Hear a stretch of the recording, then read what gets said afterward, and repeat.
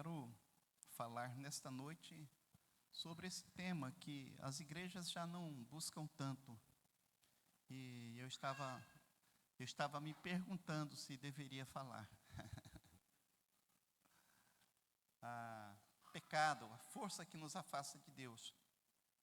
Hoje, na verdade, é mais agradável você falar desse amor, né? Você falar da comunhão, você falar de quanto você é importante para Deus.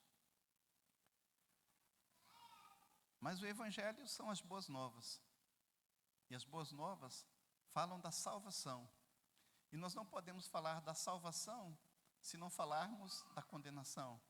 Porque afinal nós estamos sendo salvos de quê? Não é? Então nós estamos sendo salvos do nosso pecado. O nosso texto, e eu quero ficar só nesse versículo aí, Romanos 3, verso 23, porque todos pecaram e destituídos estão da glória de Deus. Porque todos pecaram e destituídos estão da glória de Deus.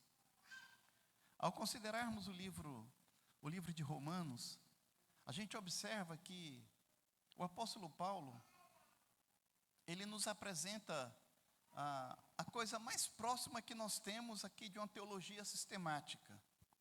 Ainda assim, ele toma os 3 primeiros capítulos dessa carta para trabalhar com toda a força um único objetivo: mostrar que todo homem é pecador. Fazer os homens desistirem de qualquer esperança que eles tenham na carne, na sua própria força, na sua capacidade, na sua inteligência.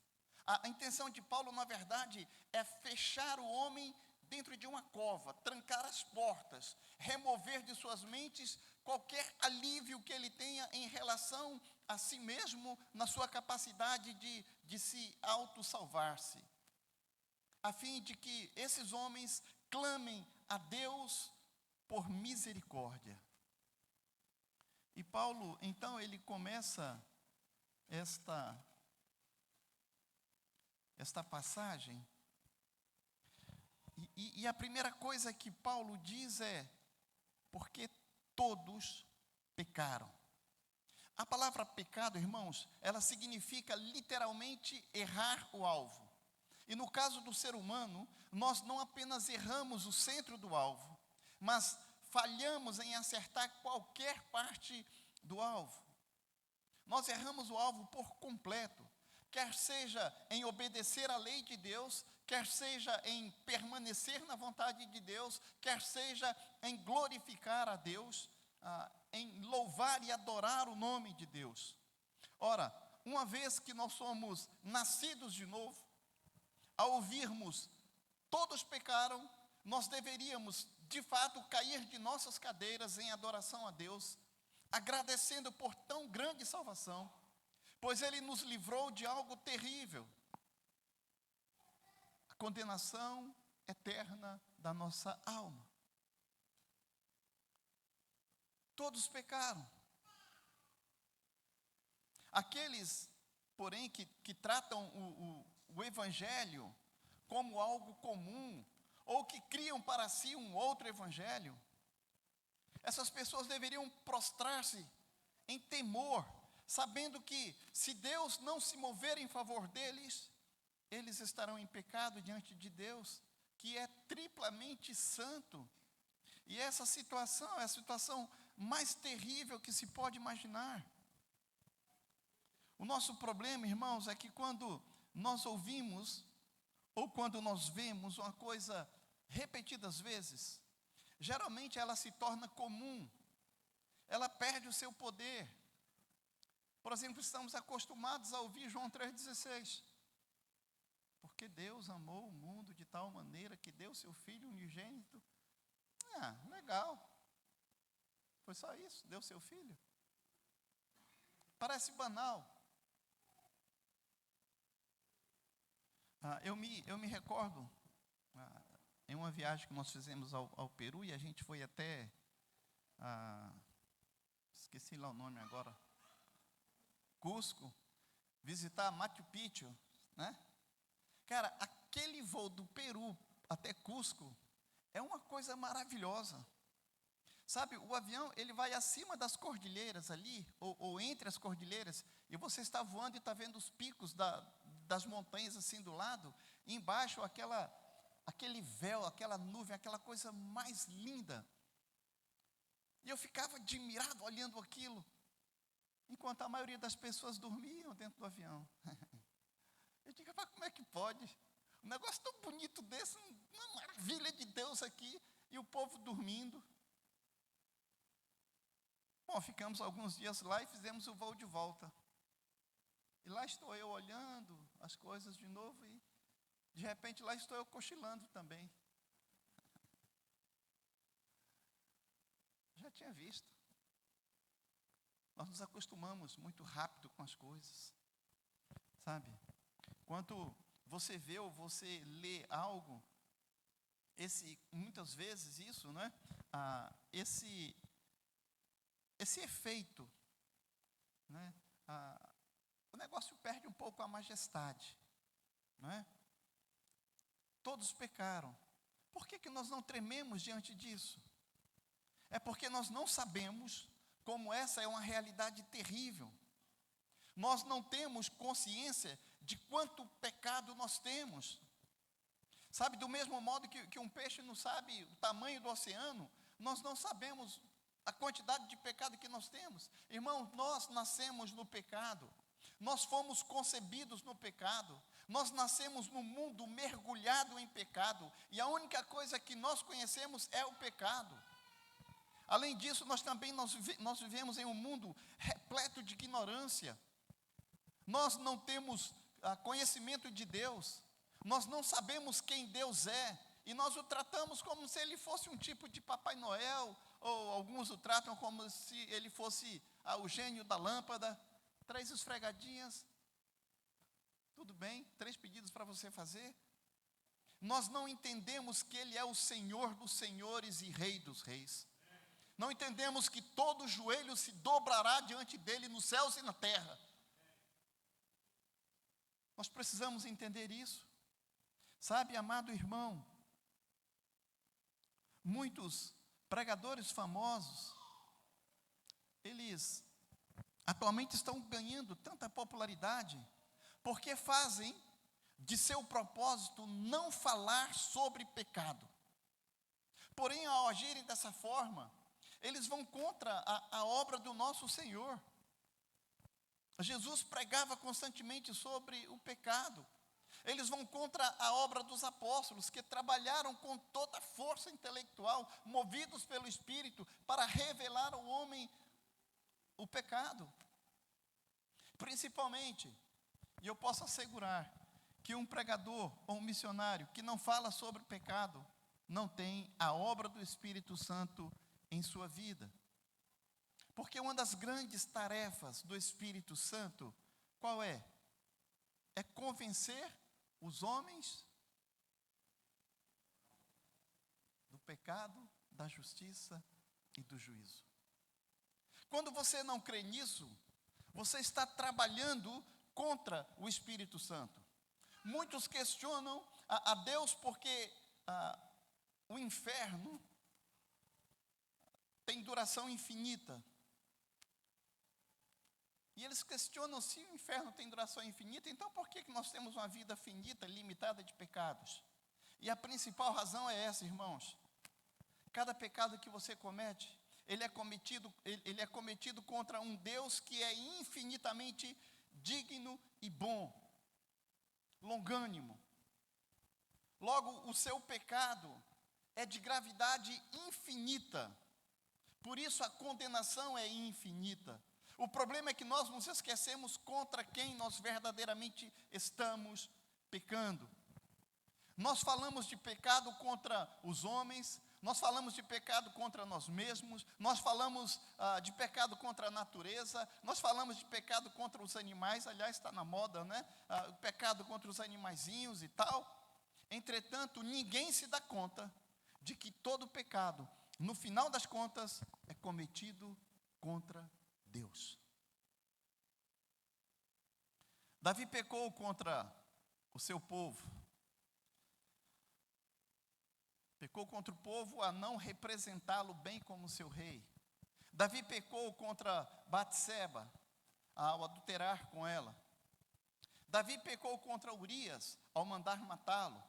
Porém, no final, ele disse a Deus: contra ti, somente contra ti pequei.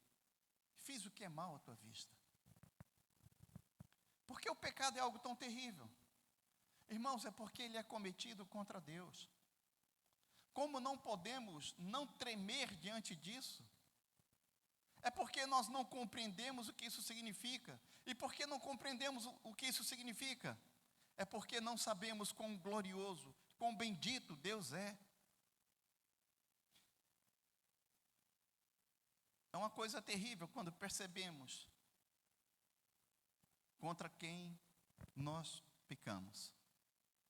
Como os puritanos costumavam dizer, nós não pecamos contra um pequeno líder de uma simples cidade, mas contra o Rei da Glória, aquele que está sentado no mais alto e sublime trono. É contra ele que nós pecamos. Imagine isso por um momento. Deus está no dia da criação, e Ele está dizendo aos planetas que se coloquem em determinada órbita no espaço, e todos eles se curvam e dizem amém, e lhe obedecem. Ele diz às estrelas que ocupem determinado lugar ali na órbita do espaço, e todas elas se curvam e dizem amém. Ele diz às montanhas que se ergam, e os vales que se afundem, e eles se curvam e o adoram. Ele diz ao bravo mar: você só vai chegar até este ponto aqui, daqui você não vai passar.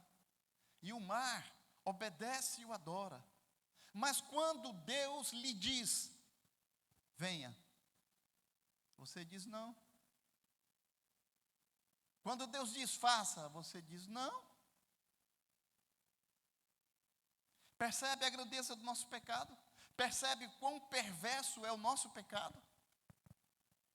Sabe, se fosse apenas atos, a nossa condição já seria terrível o suficiente. Todavia, o pecado vai mais fundo no coração do homem.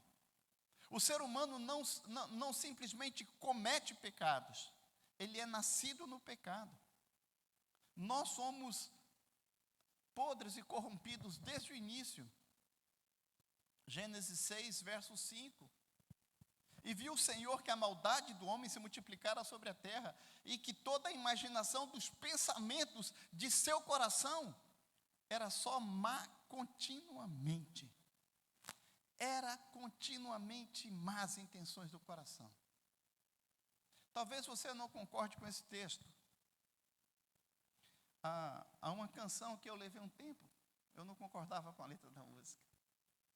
Se tu olhares, Senhor, para dentro de mim, nada encontrará de bom. Eu digo, não pode. Como é que eu não tenho nada de bom? Está errado. Mas essa é a verdade. Nós não temos nada de bom. A nossa carne é uma carne caída mesmo. Sabe? Mas deixe-me dizer alguma coisa também. Se eu pudesse expor agora,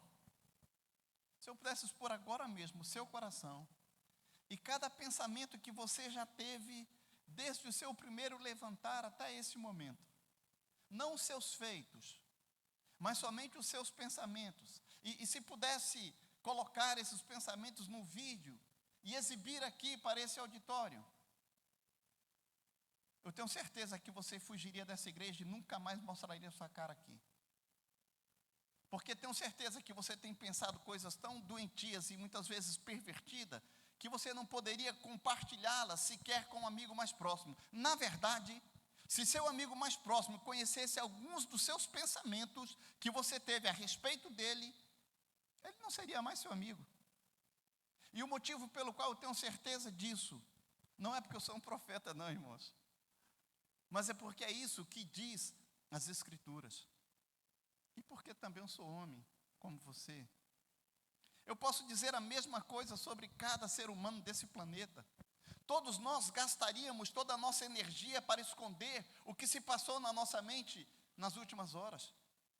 Não me diga, portanto, que a Bíblia não está certa quando ela fala que todos os homens cometeram pecado, que todos são pecadores, porque todos os homens são, de fato, pecadores. Gênesis 8, verso 21. E o Senhor sentiu o suave cheiro, e o Senhor disse em seu coração: não tornarei mais a amaldiçoar a terra por causa do homem, porque a imaginação do coração do homem é má desde a sua meninice. A palavra para meninice pode significar desde a tenra infância, desde bebê. Deixe-me compartilhar alguma coisa que eu li algum tempo atrás, a respeito da natureza humana. Imagine por um momento que você está com um bebê com menos de 2 anos no seu braço, e esse bebê vê o relógio brilhando no seu pulso, e ele tenta pegar o relógio. Você afasta a mão desse bebê e diz não. Ele começa a chorar, se mexer e tal, então estica o bracinho para pegar o relógio, e você diz não, e ele começa a gritar e a chorar, e então ele se estica de novo e você diz não. E ele começa a jogar os braços até mesmo na direção do seu rosto. E o autor diz assim: ora, eu lhe digo que a natureza humana é de tal forma que se esse bebê de tenra idade tivesse a força de um homem de 18 anos, ele o espancaria ali aonde você está, arrancaria o relógio do seu braço, passaria por cima do seu corpo ensanguentado em direção à porta sem sentir nenhum remorso. E essa é uma verdade. Porque isso é o homem. Paul Walsh, ele diz assim: Hitler não foi um fenômeno extraordinário. Hitler foi o que cada frequentador dos cultos dominicais tem o potencial de ser. E não somente isso. Mesmo em toda a sua maldade, Hitler ainda era restringido pela graça comum de Deus. E precisamos reconhecer isso. Quando não éramos convertidos, se não fosse pela graça comum de Deus nos restringindo, quanta maldade poderia ter sido acrescentada em nosso currículo? Isso é uma verdade. Nós não entendemos o que a palavra de Deus ensina sobre essa extrema maldade dos homens. E se você disser, pastor, eu não concordo, isso é porque você aprendeu o suficiente para estar no cristianismo, mas não para crer na Bíblia. O testemunho das Escrituras contra você e contra mim, contra nós, contra o homem é este: nós nascemos com a maldade, nós somos naturalmente maus. Acaso você precisa ensinar a criança a mentir? Você precisa ensinar uma criança a ser egocêntrica? Você precisa ensinar uma criança a ser egoísta? Minha netinha, a mais nova delas, tudo dela é meu. É meu. Né? Você está com a irmãzinha dela, é meu. Se ela quer, é meu. Tudo é meu, egoísmo. Egoísmo puro. Nós não ensinamos isso para ela, nem precisa ensinar. Sabe? Você não precisa ensinar uma criança a ser bruta com outras crianças. Elas aprendem por si mesmas. Deixe-as livres, deixe-as sem disciplina, e veja o que acontece em 10 anos. Você vai ter um verdadeiro monstro. Por quê? Porque o que a palavra de Deus diz é verdade. Salmo 51, verso 5. Eu nasci na iniquidade e em pecado me concebeu minha mãe. E quando E quantos de nós não tapamos o ouvido dizendo: eu não quero escutar isso. Pastor, eu não gosto disso que o senhor está falando. Autonegação. Da mesma maneira que uma pessoa morrendo de câncer permanece em negação, se recusando a qualquer tratamento. Sabe, irmãos, a primeira coisa que nós devemos abraçar é que todos os homens, eles nascem em pecados e entregues ao pecado, e esse é o motivo de todos os homens nascerem odiando a Deus. Ih, pastor, mas eu não odeio a Deus. Eu nunca odiei a Deus. Mas o que você não percebe, irmão, é que se isso fosse verdade, ou se isso não fosse verdade, de que você odeia, nasceu odiando a Deus, a Bíblia estaria mentindo para nós. Todo homem odiou a Deus em seu estado não convertido, porque as Escrituras diz que nós outrora éramos inimigos, sabe? E que nós éramos, por natureza, filhos da ira. Outra pessoa pode contestar, alegando que ama a Deus desde pequeno. Sabe, no entanto, o que amávamos era uma imagem de Deus criada por nossa própria mente. E era isso que nós amávamos. Sabe? Muitas vezes nós não queremos concordar com o Deus das Escrituras. Não queremos concordar que Deus criou o mal. Não é verdade? Não queremos concordar com isso. Não queremos concordar que Deus matou tantas pessoas, abriu a terra e toda a família foi-se embora. Mais de 15 mil pessoas. De que Deus levantou uma serpente, Deus mandou serpente no deserto para picar e morrer milhares de pessoas. E as pessoas talvez podem dizer assim: eu não concordo, esse não é o Deus que eu creio. Eu nunca poderia amar um Deus como esse. E eu posso dizer para você, claro que esse não é o seu Deus. Porque esse não é o Deus da palavra. O Deus da palavra é o Deus justo. O Deus da palavra é o Deus que faz cumprir a sua palavra. Então, muitas vezes nós escolhemos um Deus bom, que é só bondade, que é só amor, que não pune ninguém, que não manda ninguém para o inferno, sabe? Que não condena ninguém. Por quê? Porque Deus é amor. Mas o Deus que condena o pecado, nesse Deus muitas pessoas não querem acreditar. E elas dizem: eu não acredito nesse Deus, esse não é o meu Deus. E muitas vezes eu já precisei dizer: mas esse é o Deus das Escrituras. E se você não reconhecer quem Ele é, você está condenado. Não tem outra, não é interpretação da Bíblia, não. A Bíblia é clara nesse assunto. Né? O profeta Isaías, ele usa palavras aterradoras ao falar da condição do homem.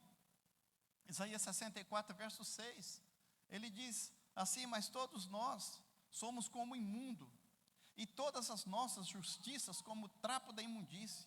Todos nós murchamos como a folha, e as nossas iniquidades como o vento nos arrebatam. Alguns anos atrás, eu visitei um trabalho em Goianinha. Uma igreja faz um trabalho só com homens que moram na rua. Então eles oferecem, eles saem na rua, recolhendo os homens, aqueles que querem participar, né? E ali eles dão banho, dão sopa, né? Dão a roupa, e quando a pessoa aceita o tratamento, então ela é levada para os alojamentos. E aí tem consulta médica, psicólogo, dentista e tudo. Eles fazem um tratamento lindo. Eles só trabalham com homens, sabe? Mas o pastor de lá pregando uma vez, ele ele fez exatamente essa pergunta: você já sentiu o cheiro desses homens alguma vez? Já passou na rua, perto de um caba desse que está na rua aí há 15, 20 anos? Já sentiu o cheiro desses homens? Como eles fedem? É uma mistura de suor com fezes, com urina, com sujeira, com vômito, com cachaça, com tudo. Aquilo está impregnado no corpo da pessoa. E ele disse: você é capaz de sentir o cheiro dele antes dele. Lá no estacionamento você sente o cheiro dele aqui, né? Porque realmente são mal cheirosos mesmo, sabe? Quando eles são recebidos no programa, eles tomam banho, eles recebem roupas novas, eles escovam os dentes, mas o mau cheiro não sai. Eles recebem colchões novos, lençóis novos. Leva meses até que aquele mau cheiro diminua de uma forma acentuada. Cada 2 meses, a turma que chega recebe outro colchão e outras roupas. E aqueles colchões que eles estão usando são queimados. As roupas de cama são queimadas. As roupas que eles usavam são queimadas. Não tem sabão em pó, não tem detergente, não tem amaciante, não tem nada que tire o cheiro daquelas roupas. Precisam ser queimadas, né? Basta a pessoa suar. Suou um pouquinho, o cheiro impregna em tudo, sabe? Quando Isaías está falando que exatamente isso, nós somos como imundo, obviamente Isaías não tem em mente esses homens, mas Isaías tinha em mente os leprosos, que tinha aquele cheiro terrível também, né? Isaías então tem em mente aquelas pessoas que exalavam aquele mau cheiro terrível, né? Então, trazendo para os nossos dias, é mais ou menos isso que o texto está nos mostrando, sabe? E apesar das boas obras, leva muito tempo para que aquele mau cheiro saia daqueles homens, né? Eis porque as nossas melhores obras serem como trapos de imundície diante de Deus. O fato de sermos pecadores não significa apenas que nós pecamos constantemente. O problema é que nós não fazemos nada além de pecar. O homem largado em si mesmo, ele só peca. Tudo que fazemos é pecaminoso diante de Deus. Nos corrompemos, nós corrompemos até as nossas boas obras. De modo que, segundo Salomão escreveu, né, a respeito dessas boas obras, ele diz: a lavoura dos ímpios é pecado, sabe? É porque essas obras que o ímpio faz, elas não são feitas por fé, elas não são feitas para glorificar a Deus, e tudo que não é por fé é pecado. Romanos 14, 23, sabe? Tudo que nós devemos fazer deve ser para a glória do Senhor. Portanto, quer comais, quer bebais, ou façais qualquer outra coisa, fazei tudo para a glória de Deus.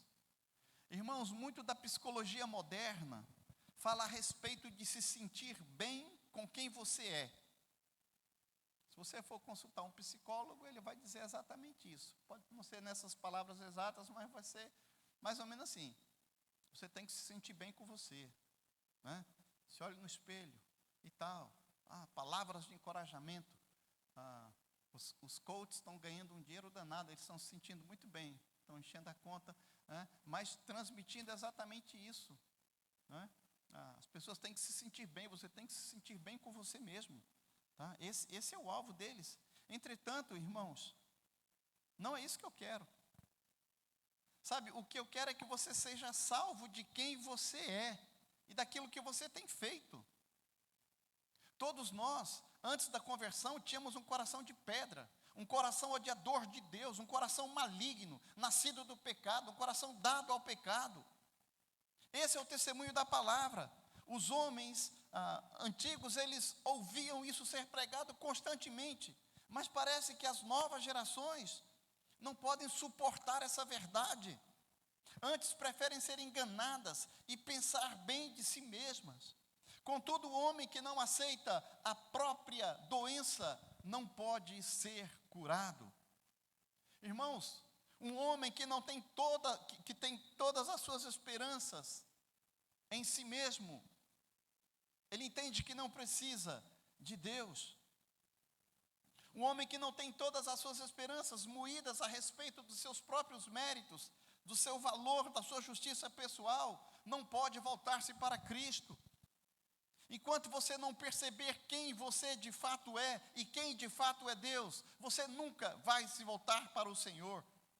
Nós precisamos entender que estamos destituídos de qualquer valor e que somente existe um Salvador e o seu nome é Jesus, o Cristo. Fora de Jesus não há salvação. Não há méritos, não há obra, não há nada que você possa fazer.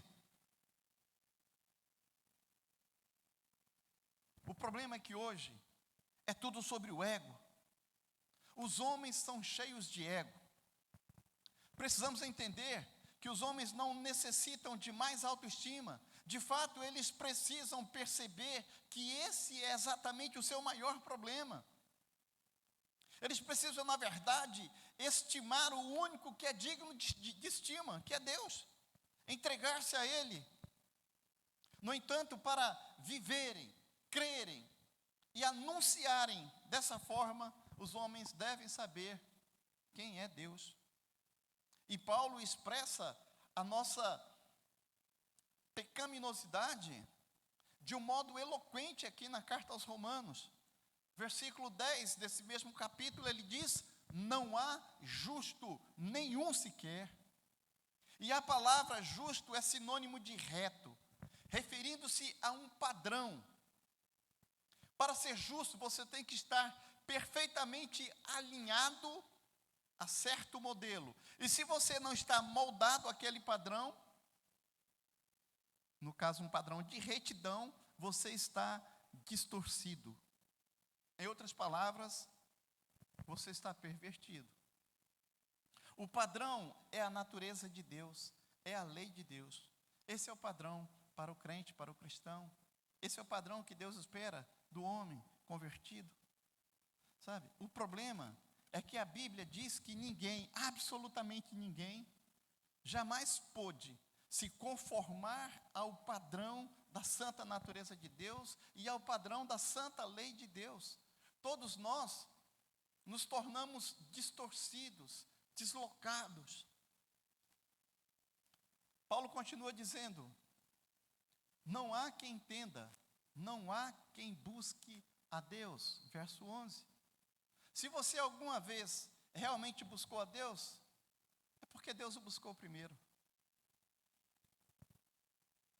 Sabe? Deus está sempre à nossa procura, à nossa busca. Quando Adão pecou, Adão se escondeu de Deus. Mas Deus foi atrás de Adão. E essa tem sido a história do homem. O texto prossegue, deixando clara a nossa maldade. Todos se extraviaram, a uma se fizeram inúteis, não há quem faça o bem, não há um sequer. Quantas pessoas, mesmo aquelas que se colocam como cristãs, dizem que irão para o céu porque não são tão más. Elas dizem que irão para o céu porque são boas. Mas qual é o testemunho das Escrituras? Não existe ninguém bom. Nenhum sequer, absolutamente nenhum. Por quê? Todos pecaram. Todos pecaram. Daí você me diz: mas pastor, eu não pequei tanto. Eu sou até um cara bom, pá. Mas a pergunta é: quanto você tem que pecar? Adão precisou pecar uma vez. E o universo inteiro foi lançado em um caos moral, posto sob julgamento. E você já pecou mais vezes do que se pode contar em uma calculadora, eu acho. Se Adão e Eva e até mesmo a criação não conseguiram escapar da condenação por um único pecado, como você irá escapar de todos os pecados que estão na sua cabeça, que estão sobre sua cabeça, né? Mas talvez você me diga, mas eu estou muito bem, se comparado com as outras pessoas, pastor, porque tu não conhece meu vizinho lá, o cara.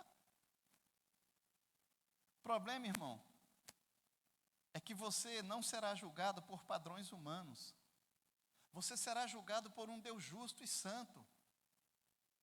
Talvez algumas pessoas digam assim, não me julgue, você não sabe o que está no meu coração.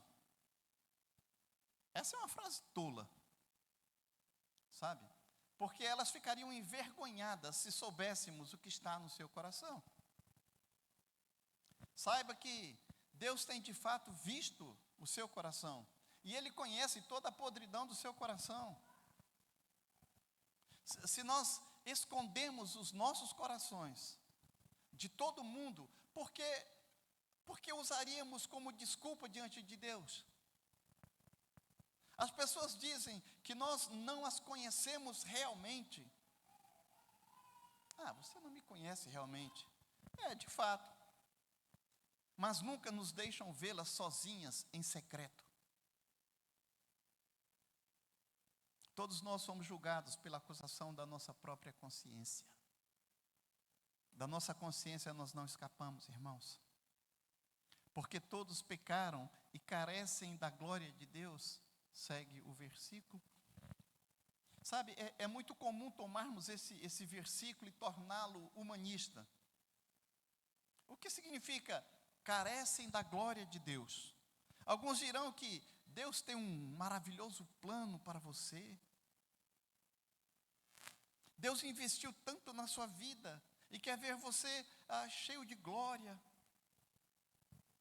Você carece da glória. Mas apesar desse grande plano de Deus para todos nós,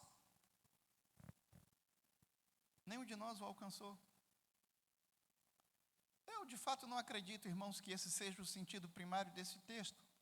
Quando Paulo diz que nós carecemos da glória de Deus, eu penso que essa frase deveria ser interpretada dentro do contexto desses 3 últimos versículos, desses últimos capítulos, principalmente daquilo que está escrito em Romanos 1, verso 21. Porque nós carecemos da glória de Deus. Porquanto, tendo conhecimento de Deus, não glorificaram como Deus, nem lhe deram graças. Vamos pensar nisso por um instante. Por que você foi criado? A escola bíblica hoje falou disso, né? Perdeu. Por Deus. Entretanto, você não apenas foi criado por Deus, mas todas as suas faculdades, a sua própria existência é sustentada por Deus. Você deve, cada respirar, cada batida do seu coração, você deve isso a Deus. Na verdade, cada respiração é dada para retornar como forma de adoração. O seu coração bate apenas e somente para servi-lo. E ainda assim, observe o testemunho do texto contra nós, contra a nossa mente, nossas vidas. Sabe, nossas vidas são repletas de busca por nossos propósitos, nossos sonhos, nossos objetivos, nossos desejos. Mesmo aqueles que alegam algum tipo de piedade precisam assumir que em suas vidas diárias, muitas vezes são ateístas, e são ateístas praticantes, porque Deus está longe dos seus pensamentos. Quando estão trabalhando, quando estão no escritório, quando estão no campo, quando estão em casa, Deus é o centro de seus pensamentos. Tudo que eles estão pensando, tudo que estão fazendo, tudo que estão imaginando é para a glória de Deus. Então você pode me dizer, pastor, ninguém é desse jeito. E é exatamente isso que eu quero dizer. Todos pecaram e carecem da glória de Deus. Porque os homens são tão vazios, tão miseráveis e tão sem propósito? Você quer saber por que somos vazios, irmãos? Primeiramente, a grande maioria daqueles que se chamam cristãos na verdade, não são convertidos ou não são convertidos de verdade. Nós temos muitos religiosos no meio cristão. Em segundo lugar, até mesmo aqueles que são cristãos estão vazios. E sabe por quê? Porque não têm comido do melhor alimento. Jesus, ele disse: uma comida tenho para comer, que vocês não conhecem. A minha comida consiste em fazer a vontade daquele que me enviou para realizar a sua obra. Era disso que o Senhor se alimentava, de servir ao Pai. Essa era a comida de Deus, era isso que o fortalecia. A nossa comida, irmãos, tem sido ganhar bens, sucesso, conforto, fama, lazer, juventude, beleza. Sempre nós, eu. E quanto mais temos de nós, mais vazios somos, porque fomos feitos para outra coisa. Ou melhor dizendo, fomos feitos para outra pessoa. Fomos feitos para o Senhor, para glorificar o Senhor, para viver para o Senhor. Porque dele, para ele, são todas as coisas. E eu quero concluir dizendo, o resumo de tudo é que nós nos tornamos distorcidos, deslocados, desfocados. Nós não apenas pecamos, não apenas estamos separados de um Deus santo e justo, mas todo o nosso propósito foi retirado de nós. Eu estou falando nós no sentido do homem sem Cristo. Porque todos pecaram e carecem da glória de Deus. Mas Deus, o santo e justo juiz, está nos buscando para si. Deus, o santo juiz, por seu Filho Jesus, através da cruz, através do sacrifício de Cristo, Ele está nos entregando a salvação. Por isso, Ele nos enviou seu Filho amado, para que a nossa vida tenha um propósito, para que a nossa vida tenha um destino.